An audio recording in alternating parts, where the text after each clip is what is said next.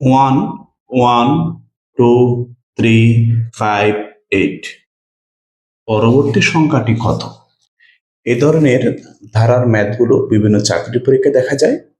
আমরা আজকে এই ম্যাথটি সমাধান করব। দেখুন, 1 এর সাথে 1 যোগ করলে হয় 2, 2 এর সাথে 1 যোগ করলে হয় 3, 3 এর সাথে 2 যোগ করলে হয় 5।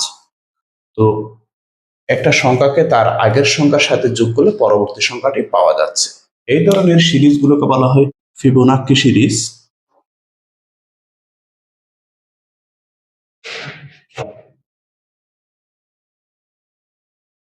এই সিরিজটার নাম হচ্ছে ফিবোনাক্কি সিরিজ।